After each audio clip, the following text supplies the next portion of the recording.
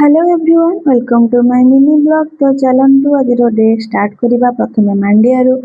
आज सका मांडिया बनी बापा रेडी कर सतुला बनवाई सब परिवा को काटनी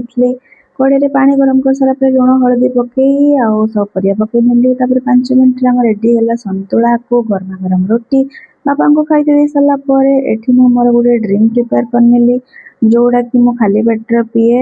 आमला आउ भृसंगा पत्र जूस बनई आइस क्यूब रखी डेली सकाଳେ मु उषुम पानी पकईकी खाली पेटर पीए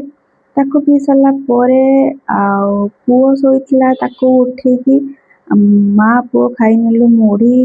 रोटी आ संतुला मिक्सचर टे खाई नेलु खाई सारे टे रेस्ट नहीं पुणी लंच प्रिपरेशन लगी पड़े। लंच रे आज होता उसना भात को कलरा आलू भजा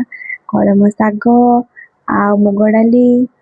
आज सादा थिला तो सादा खाई सारी रेस्ट नहीं 4टा होता 4टार कम सारी सन्ध्या सारी बहुत से भोक लगी तो चूड़ा सतुला बनई चूड़ा सतुला बहुत हेल्दी होता बिना चीनी वाला क्या पसंद निहत कमेंट कहे।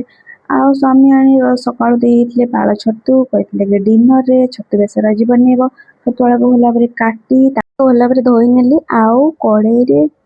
भल से लुण हलदी पके सिझे नेली सिझ सारापर आमर तेल दे पिज देदेली पिज टे भाजी सारापर मसला रसुण जीरा लंका सरिष पकई पेस्ट करनी पेस्ट को पकई टे लंका गुंड हलदी गुंड कसली कसली कसली कसला टमाटो पकई गोटे भलसे कषिनेली कसला छतु आलू को रसी रखी पकई नेली आम रेडी हो गला छतु आलू बेसर। आज डिनर में छतु आलू बेसर को रोटी होता